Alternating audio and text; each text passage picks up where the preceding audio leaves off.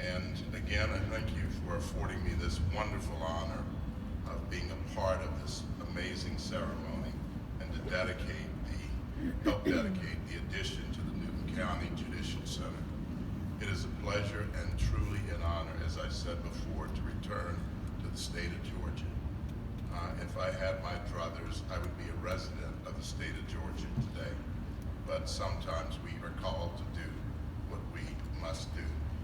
And it's our duty then to simply allow that will to be done, not ours. I must say though, having seen just a small part of it, this is a stunning addition to an already beautiful building. Everyone who played a role in the design and the construction of this building, this spectacular building, has to be proud of it. They have to look at it and say, this is good. Today, this building is a spectacular exhibit of art, of architecture, and engineering, and we celebrate that beauty. Tomorrow, though, and thereafter, it will represent something far more important as it becomes the new home of many of the county's judicial services. As Winston Churchill observed, and I quote, "We shape our buildings, thereafter they shape us." At the laying of the cornerstone of the United States Supreme Court building, where I've served for now almost 3 decades, then President of the American Bar Association, Guy Thompson, remarked that the building would serve as, and I quote him, "a memorial of bloodless battles, yet battles upon whose issues hung our liberties, the integrity of our federal union, its harmony and balance, and our social and economic destiny." This might seem a bit overdramatic. Perhaps it does. The Supreme Court building is, after all, merely a building. And as an aside, I say, and particularly in my early years, when the going was tough, the cases difficult, sometimes the work seemingly overwhelming, I would go out at night in front of the building and look at it, and it was not just the building. It was the symbol of something that is critical to our country. It is a symbol for those of us who grew up down here. It was a symbol of hope, of stability, of fairness. In any case, the work that is done in the courthouse there, the work that we do, and in courthouses across this country is of paramount importance to this republic and to each of us as citizens of this state, of this county, and of this country. It is in our courthouses that the Constitution, our national Constitution, our state Constitution, are defended, and our laws are upheld and applied on a daily basis and in individual cases. It is in our courthouses that we distinguish between guilt and innocence, and truth and falsehood, and in doing so, where we protect our individual liberties and resolve our personal and business and group disputes. It is in our courthouses where the rule of law is most ardently enforced, and as a result, our nation serves as a haven, and serves us as a haven, and serves other countries and the rest of the world as a beacon of hope. Our founding fathers anticipated that courts would be critical to the success of our nation. Indeed, courts, and state courts especially, were a cornerstone of the society that they envisioned. The founders, most people forget that there was no federal system of courts. It was thought that the state courts would do most of the enforcement and adjudicate most of the cases. The founders rejected rule by whims of monarchs. They rejected the rule by oligarchs and by titled nobility, and instead made this nation a republic one that recognized and protected an individual's unalienable rights. Our founders did much more than pay lip service to the notion of rights. They knew the only way liberty could truly be secure was through a limited national government whose powers were spread across three co-equal branches. This framework would have been unworkable without one key ingredient, the rule of law. The founders therefore adopted as their guiding principle that there is a body of fundamental law, our written Constitution, to which every exercise of power must conform.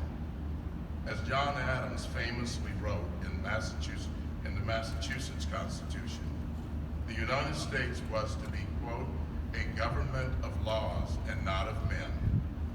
To apply this body of fundamental law to cases became the special charge of the judiciary, of all of the judiciary, federal, state, and local. The capstone of that law was the right to due process, which the framers of the Fifth Amendment derived from England's Magna Carta, adopted in 1215. The Magna Carta prohibited free men from being seized, imprisoned, or stripped of rights or possessions, except by the lawful judgment of their equals or by the law of the land. Our English predecessors cherished this right to lawful process because without it, they knew that there would be arbitrary rule that would reign across their land. More than 500 years after King John signed Magna Carta, actually under duress, we adopted the Fifth Amendment, which provided that no person shall be deprived of life, liberty, or property without due process of law. This amendment guarantees to every citizen that the national government will act according to the laws and the processes duly enacted by a politically accountable legislature. And through the 14th Amendment, the Constitution applies the very same guarantees to the state governments, to all of us. The importance of due process is illustrated by the famous scene in the play A Man for All Seasons. When his son-in-law suggested cutting down every law in England to get after the devil, Thomas More responded in this way, and I quote, and when the last law is down and the devil turns round on you, where would you hide? The laws being flat. If you cut them down, do you really think you can stand upright in the winds that blow then? Yes, he said, I'll give the devil benefit of law for my own safety's sake. Our founders likewise knew that the rule of law, anchored by the right to due process, would protect us all from the winds of injustice that would knock us all down in their absence. Just as important as the Due Process Clause is the Equal Protection Clause, which prohibits a state from denying to any person, to any citizen within its jurisdiction, the equal protection of the laws.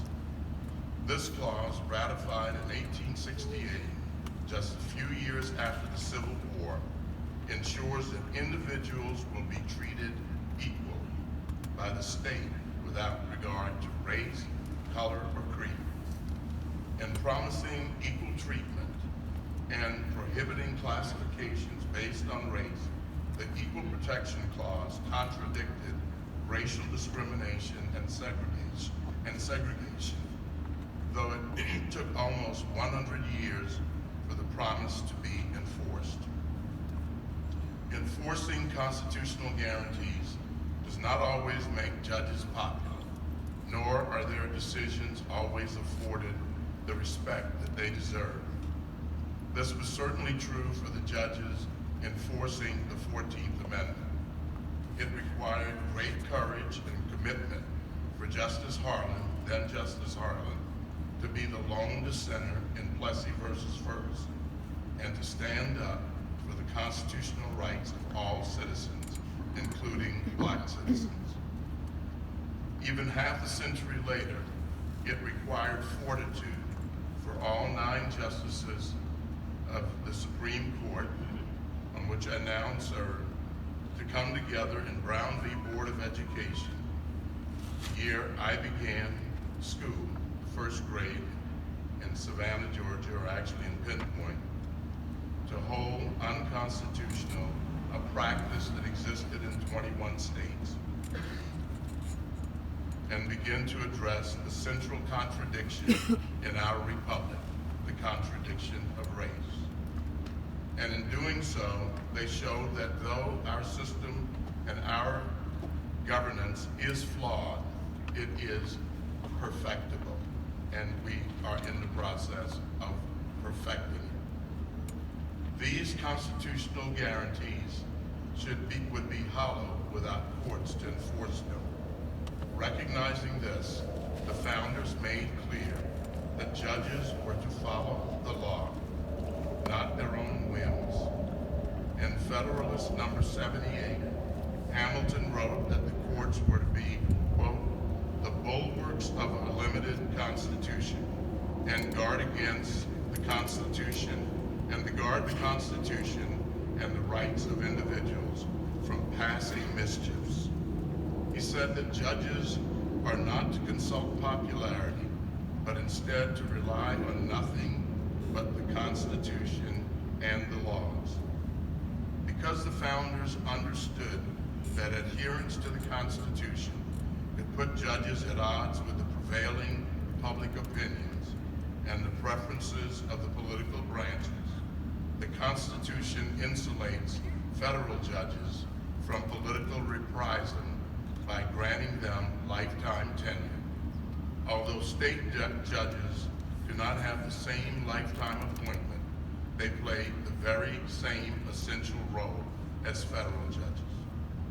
As I think of the issues that may be raised and the challenges to be confronted in this building in the years to come, I encourage my fellow judges who are here to stay true to their principles and to withstand the pressures from those whose interests do not always include upholding the law. Judicial independence is critical to liberty and to justice. In our great country, the judiciary is not a puppet of those in power, nor is it the engine for pioneering social change. Rather, it is a safeguard against tyranny and an assurance of neutral arbiters for those seeking the protection of the law. In the face of negative consequences for adhering to the rule of law, I encourage you all to have the courage to stand up for the principles that undergird our laws and that should bind us as citizens. For you bear the critical responsibility in our Federalist framework to uphold the Constitution and the impartial and just application of the laws to our fellow citizens. Judges' commitment to neutrally applying the law to the facts is as important today as it ever was. It is becoming increasingly common for public opinion to galvanize behind particular outcomes and around particular interests without regard for the law or an objective assessment of the facts. Advancing a narrative all too often becomes more important than the rule of law, and it can be tempting for us as judges to want to fit into that narrative or to confuse what we perceive as a just outcome with the justice that the law requires, and that flows from being fair and impartial. As judges, we have a sacred duty to resist that temptation. Our calling and our oath is not to be popular, but to be faithful in applying the law in a fair manner and an impartial manner. This commitment to the rule of law under pressure is not limited to judges. Many in this community will be called to participate in this process as jurors, and their duty to faithfully execute the law is no less important than that of the judge. The right to a jury trial is fundamental to the search for truth and the protection to our liberty. Indeed, jury trials were so important to our founders that the failure to guarantee the right to a jury trial in federal civil suits almost prevented the ratification of the U.S. Constitution.